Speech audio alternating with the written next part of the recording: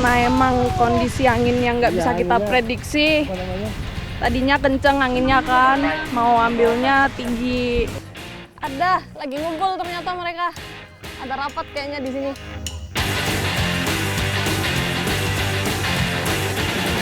Wow, gede-gede banget ini, Pak.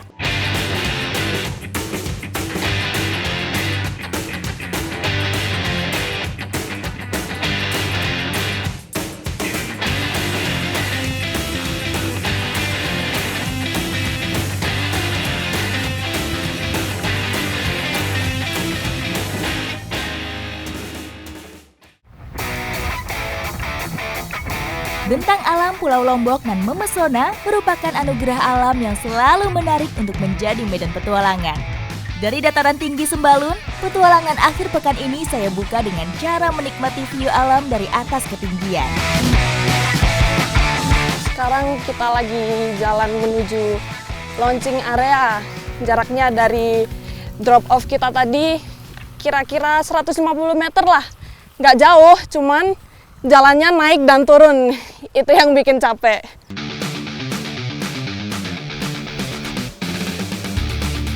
Spot launching kali ini memiliki karakter hike and fly. Jadi kita harus mendaki Bukit Lawang terlebih dahulu sebelum bisa mengembangkan parasut untuk terbang. Hari ini anginnya lagi bagus sih buat melakukan penerbangan. Tapi sayang banget Gunung Rinjaninya ketutup sama awan. Jadi kita terbang melihat view yang lain, bukit-bukit yang lain.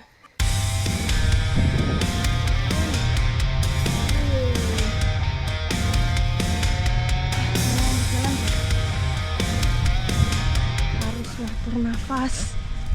Nafas saya mulai nggak kuat, mulai ngos-ngosan.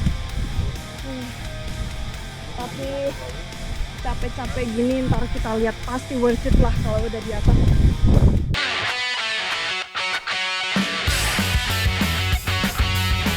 Akhirnya sampai juga kita ke launching area di Bukit Lawang, Sembalun. Sekarang kita mau prepare buat take off berdasarkan urutan.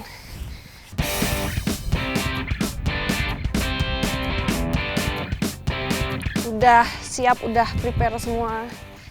Saatnya kita take off. Tapi saya nunggu dulu buat jadiin contoh biar tahu arahnya harus kemana. Tim landing area sudah menginformasikan jika kawanan burung seriti sudah terlihat. Tandanya, angin termal sudah bisa kami manfaatkan untuk terbang. Keberadaan burung seriti merupakan salah satu pertanda alam bahwa angin sudah datang.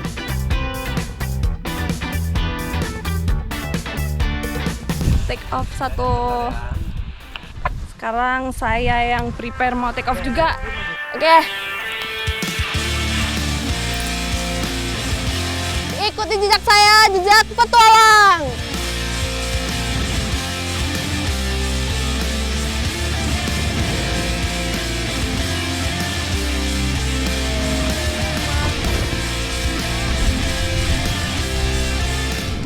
Akhirnya take off juga.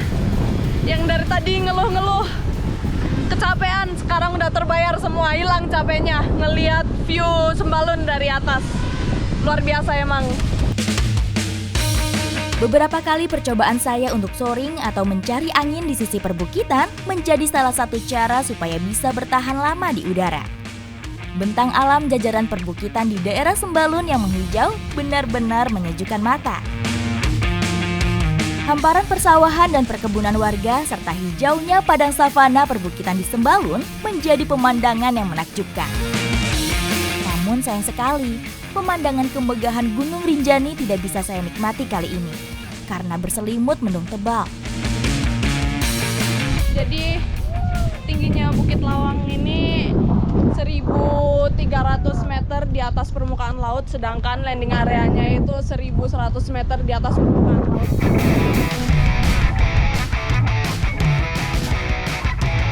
Ada dua jenis angin yang menjadi acuan bermain para layang. Thermal lift merupakan angin yang bergerak ke atas disebabkan oleh permukaan bumi yang panas akibat sinar matahari. Sedangkan dynamic lift merupakan angin yang menabrak ke tebing atau lereng pegunungan. Dynamic lift inilah yang sekarang kami pakai untuk soaring dan mencoba berlama-lama di ketinggian.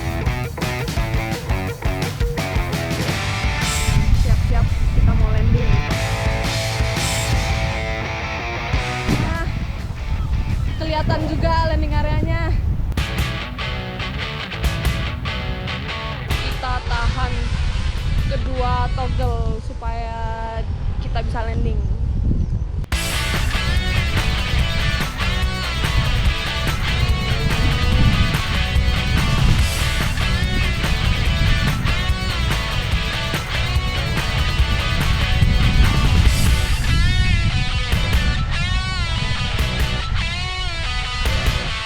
Oke, happy landing.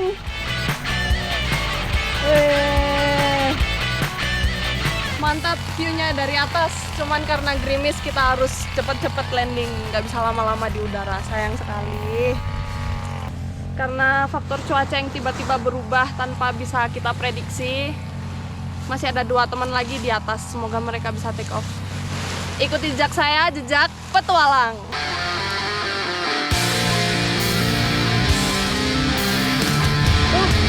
Bang Royal bisa soaring agak lama, kebantu sama berat badan sama ukuran parasutnya yang lebih gede juga. Kebagian angin enak Bang Royal. Saya terlalu cepet take off-nya.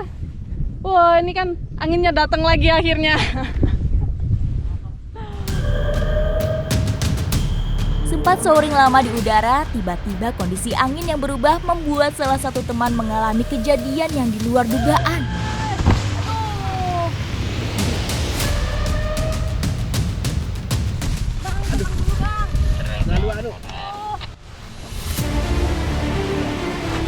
Panjat saya.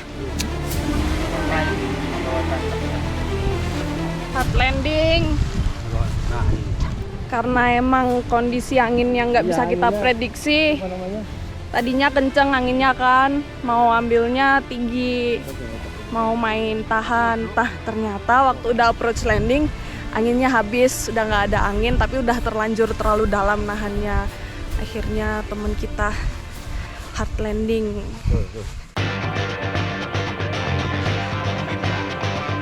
Ya inilah olahraga main di alam kan, kita nggak bisa prediksi 100%. Mungkin ini tadi salah kalkulasi sedikit, akhirnya terpaksa harus hard landing. Tapi insya Allah kondisi teman kita Ya, aman lah. Aman ya Bang ya? Aman. Get well soon Bang. Ya, thank you. Thank you, aman. Dalam melakoni olahraga ekstrim, yang patut diperhitungkan tentu saja resiko yang dihadapi. Ketika sudah paham dengan resikonya, maka mental kita pun akan siap buat menghadapi setiap kemungkinan yang ada. Sebenarnya tadi ada 2 temen yang mau take off, cuman yang satunya belum. Masih di atas, kayaknya angin di sini udah nggak memungkinkan buat terbang. Akhirnya geser turun. Udah nggak flyable lah anginnya, berubah-ubah arah soalnya.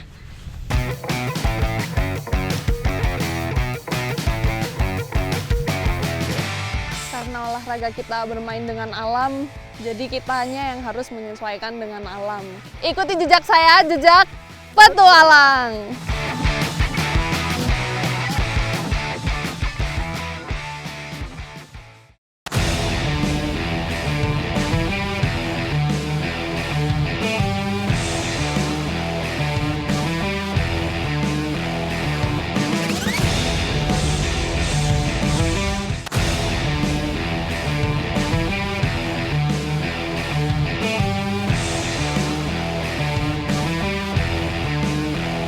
Petualangan akhir pekan saya di Tanah Sasak, Lombok, Nusa Tenggara Barat masih berlanjut.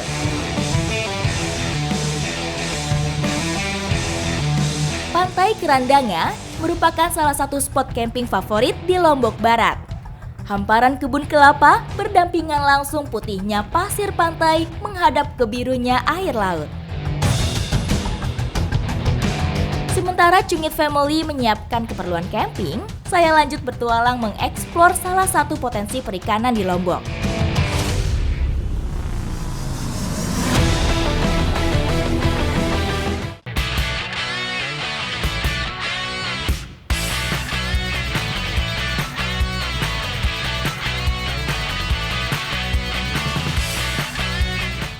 udah sampai nih kita sekarang. Kita mau siap panen yang di mana ini, Pak?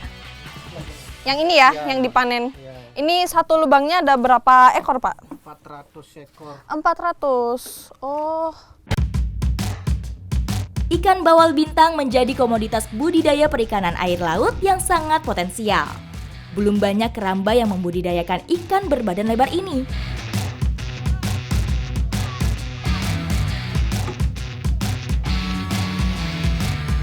Sebelum memulai panennya, terlebih dahulu ruang gerak ikan dalam keramba apung harus dipersempit.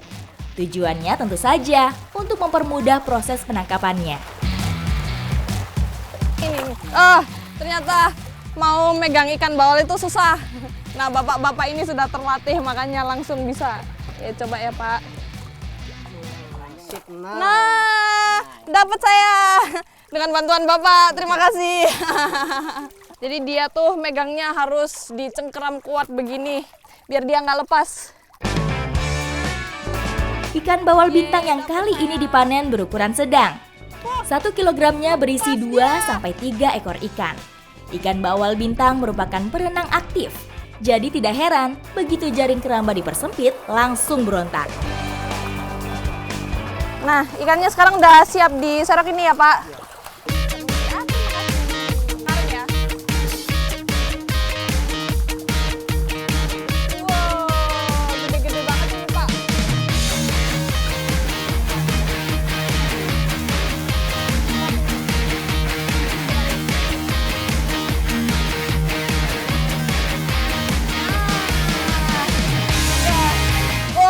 Berat banget ini. Berapa kilo kira-kira?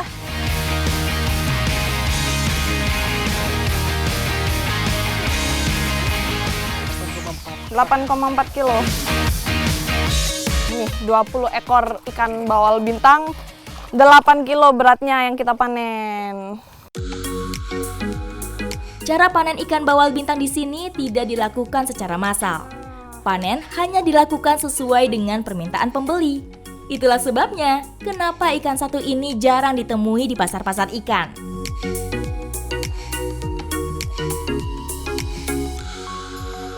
Nah, kita udah dapat ikan bawal bintang untuk bekal camping nanti. Ikuti jejak saya, jejak petualang. Ikan untuk lauk sudah dapat, saatnya kembali ke camping ground.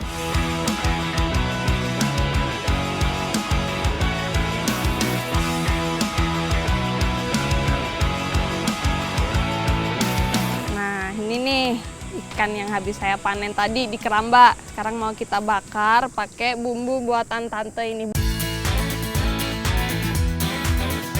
Karakter ikan bawal yang memiliki daging cukup tebal memang sangat cocok diolah menjadi ikan bakar. Sebelumnya, sayat daging ikan supaya bumbu bisa meresap ke dalam dagingnya. Ini kita kasih garam sama jeruk nipis dulu buat ngurangin amisnya dan supaya dia lebih gurih rasanya nanti.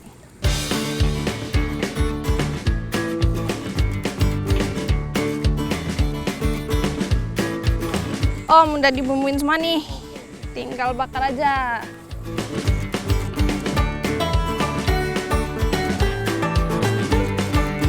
Mulai kecium aromanya, udah mulai keluar nih ya Om ya. Udah mulai lapar.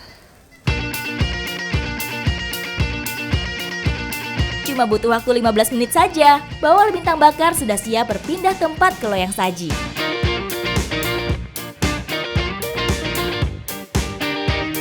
Momen yang ditunggu-tunggu.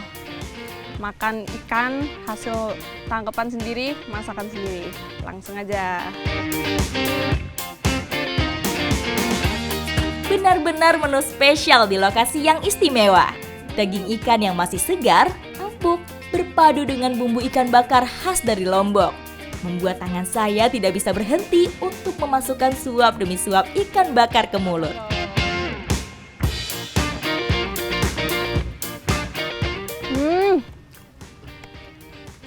Garingnya dapat, daging nyampuknya dapat juga.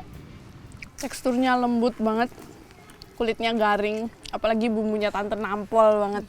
Gurih banget tante, enak. Iya.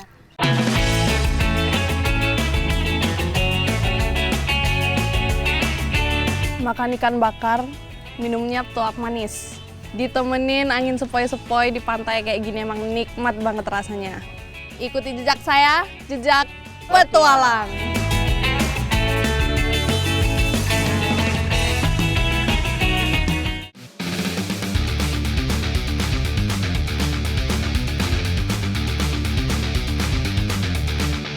Mengeksplor alam Lombok dengan mobil camping double cabin kali ini benar-benar memberi sensasi tersendiri bagi saya. Udara sejuk pedesaan serta hamparan hijaunya sawah padi menjadi penyemangat petualangan saya kali ini. Kali ini saya bersama teman-teman double cabin di Indonesia chapter NTB sedang menyusuri daerah Lombok Utara buat nyari camping spot Riverside. Spot camping kali ini memang tidak cukup besar, namun cukup untuk menampung 3 mobil dan membuka tenda. Sungai Lokok Segara yang membelah desa Bentek, Lombok Utara ini berhulu di lereng Gunung Rinjani. Kali ini kami harus bagi tugas. Saya beserta 2 teman dari double cabin akan mencari salah satu serangga yang biasa dikonsumsi oleh sebagian warga di sini, sementara teman-teman yang lain mempersiapkan kebutuhan camping lainnya.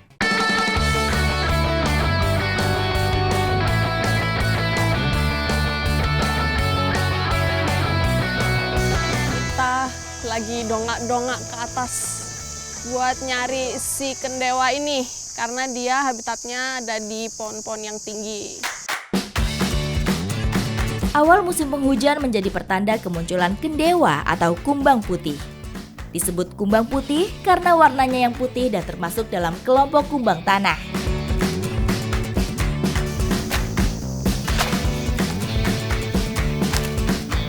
Yeay, dapet kendewa pertama.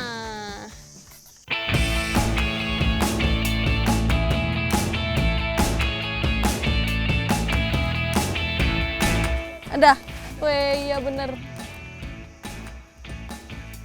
Ih, kumbang putih alias kendewa. Ya warnanya emang putih. Meskipun termasuk kumbang tanah, tapi kendewa dewasa banyak menghabiskan waktu hingga di dahan-dahan pohon untuk mencari makanan berupa pupus daun muda.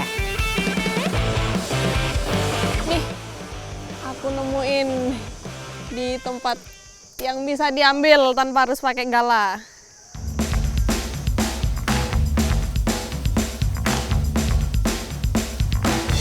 Nih, dapet, iya terbang dia, kabur dong.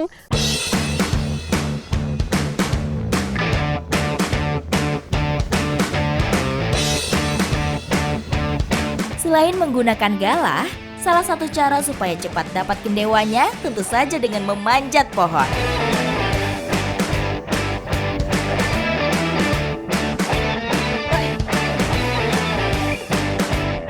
Tuh, ada lagi ngumpul ternyata mereka. Ada rapat kayaknya di sini. Berada dekat dengan tempatnya hinggap, ternyata tidak terlalu sulit untuk menangkap dan mengumpulkan kumbang Ciposilus ini.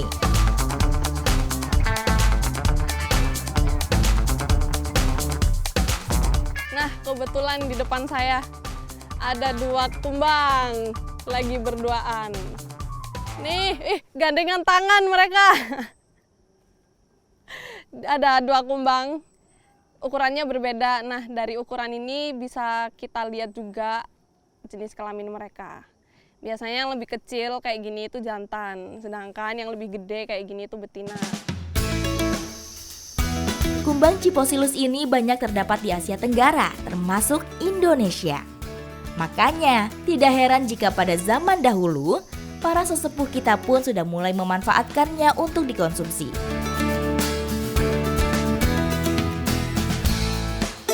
Jadi kendewa itu kenapa di sini masih dikonsumsi? Karena pada zaman dulu di daerah sini itu sulit mendapatkan protein hewani. Makanya kendewa ini dijadiin alternatif mendapat protein.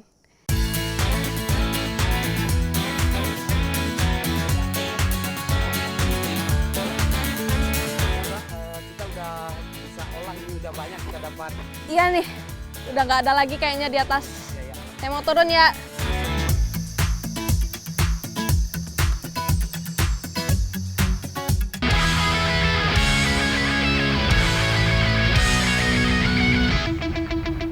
diolah. Kita bersihin dulu kumangnya.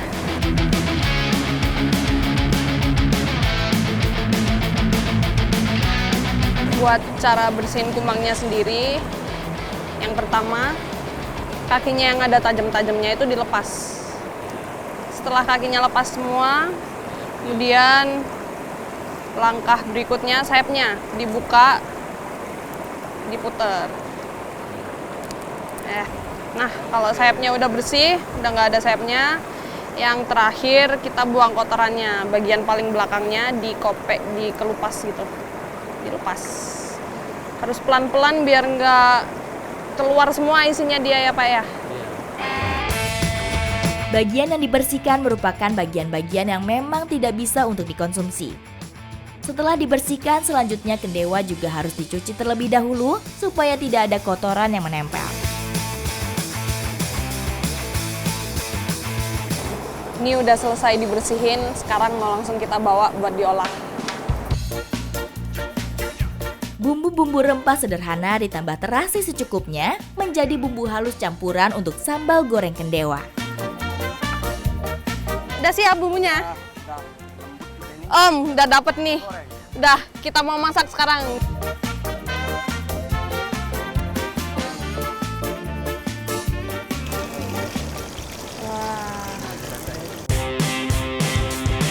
Sengaja digoreng setengah matang terlebih dahulu supaya nanti bumbunya bisa tercampur merata dan meresap dalam kendewanya. Ini barusan dimasukin aja udah keluar aromanya ya Pak ya? Iya.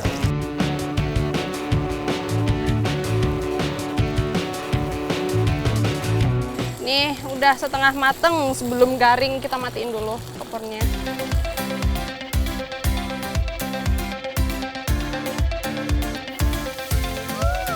Bumbu halus yang ditumis sudah mengeluarkan aroma sedap dan berubah warna menjadi kecoklatan. Tandanya kendewa bisa dimasukkan untuk ditumis lagi hingga kering. Ini ya, ini ya.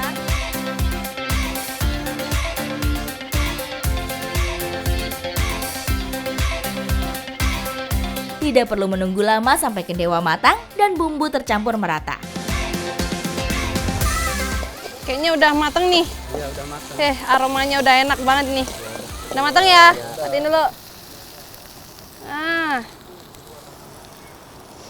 Langsung aja disajikan.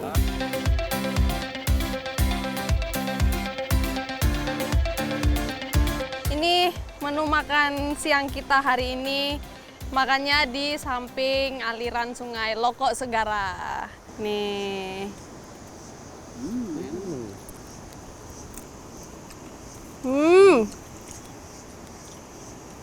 Gurih.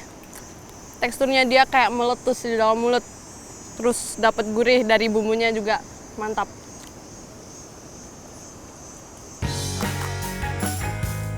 Sambal goreng kendewa kali ini benar-benar memberi kejutan rasa bagi saya. Tampilannya berbanding terbalik dengan rasanya yang benar-benar gurih dan renyah. Bumbunya pun meresap sempurna, berpadu dengan sedikit kandungan rasa manis dalam daging kendewanya.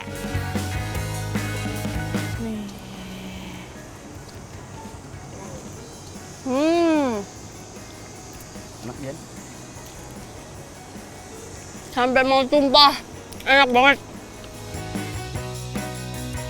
Rasanya itu gurih-gurih asin gitu. Teksturnya dia lembut di dalam, renyah di luar.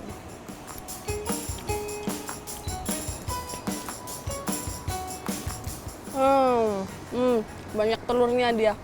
Gurih.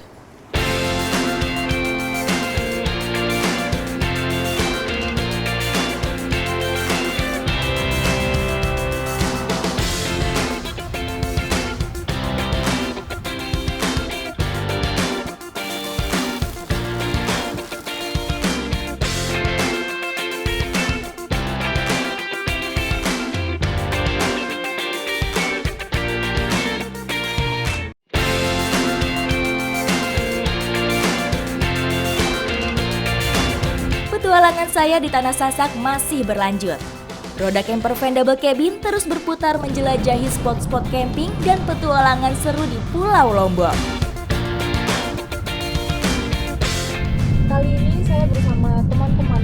Komunitas Double Cabin Indonesia Chapter NTB akan menyusuri kawasan pesisir di bagian barat Pulau Lombok.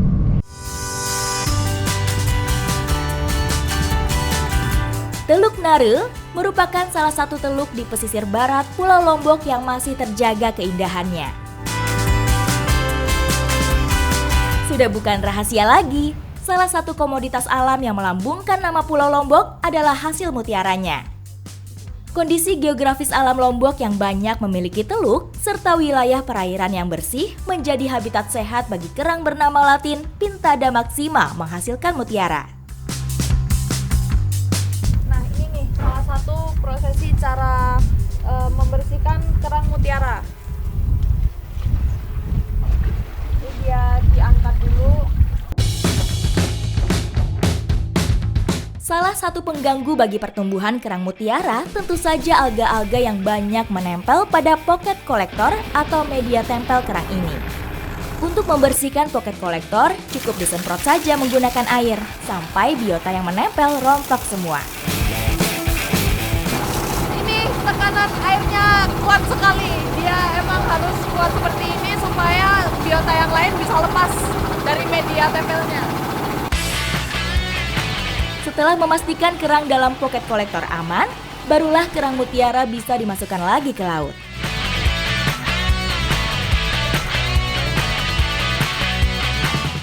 Nah, ini nih kerang yang usianya udah sekitar kira-kira 2 tahun ya Pak Iwan. Tapi ini udah ada mutiaranya Pak? Belum? Ini belum. Belum ya? Tapi sudah bisa disuntik. Sudah bisa disuntik untuk menghasilkan mutiara, berarti butuh berapa lama lagi 2 Pak? tahun lagi. 2 tahun lagi. Nah, makanya mutiara harganya mahal karena membutuhkan waktu kira-kira 4 tahun. Lokasi budidaya kerang mutiara di laut ini merupakan salah satu tahapan dari rangkaian panjang untuk bisa mendapatkan butiran mutiara yang indah berkilau.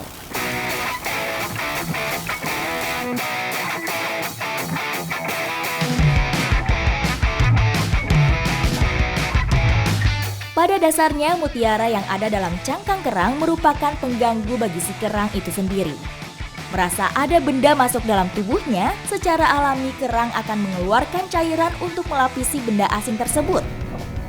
Seiring berjalannya waktu, cairan yang terus-menerus dikeluarkan tersebut akan menggumpal, mengeras, dan berkilau. Itulah yang akhirnya kita sebut sebagai mutiara. Untuk bisa mendapatkan mutiara, ternyata tidak boleh sembarangan menanam nukleus dalam cangkang kerang. Penanaman nukleus juga harus disertai penanaman saibo dari kerang donor. Karena bukaannya kecil sekali, makanya harus hati-hati banget. Nggak boleh sampai terkena organ yang lain ya, seperti itu. Supaya kerangnya tetap hidup. Kerang yang sudah dioperasi. Nih, seperti ini kerang yang sudah dioperasi, dia kalau kerangnya sehat langsung nutup kayak gini. Ketepatan dan kecepatan waktu juga sangat mempengaruhi supaya kerang tidak mati. Mutiaranya belum terlihat di mana? Ini mutiaranya, yang kilat mengkilat. Oh, yang di bawah itu? Iya. Oh. Jadi ini tinggal ditusuk, ditarik ke bawah, bikin ropekan. Aduh, Di saya ngerasa ngilu Pak Nanang. Ya. Ini ring untuk ambil mutiara. Ini ring untuk ambil mutiaranya. Di tempat bukan yang tadi ya? Bukan di sampingnya. Di sampingnya? Samping kanan. Oh Tinggal didorong iya, aja. didorong. Oke, udangnya yang masuk. Nah, ini keluar. Wah, keluar mutiaranya. Dia, Iya, mantap. aduh, Pelan, keluarnya pelan, lewat. pelan, pelan. Keluarnya lewat yang besar. Lewat yang besar. Oh. Oke, pelan-pelan. Pelan-pelan. Wah, bagus Lebih banget besar mutiaranya. Mutiara hasil harvest atau yang sudah diambil dari kerang tidak bisa langsung dijual. Harus melalui proses pencucian lagi untuk mempertahankan kilau asli mutiara. Kali ini saya juga belajar sedikit tips untuk membedakan mutiara yang asli sama yang palsu. Nah, saya pernah dengar ada cara ngetes mutiara itu palsu atau asli dengan cara digigit. Itu gimana itu? Mending jangan digigit. Oh. Kalau digigit nanti berbekas di mutiaranya. Ah, Jadi sayang. mending digesek. Oh, Kalau- digesek. Ya, kalau digesek di gigi misalnya, kemudian rasanya itu agak berpasir, Hmm. itu biasanya mutiaranya asli. Memang yang namanya proses tidak akan mengkhianati hasil. Mulai dari laut yang bersih, alam yang terjaga. Nah, ini adalah salah satu contoh dari hasil kekayaan alam di negeri ini. Cantik kan? Ikuti jejak saya, jejak petualang.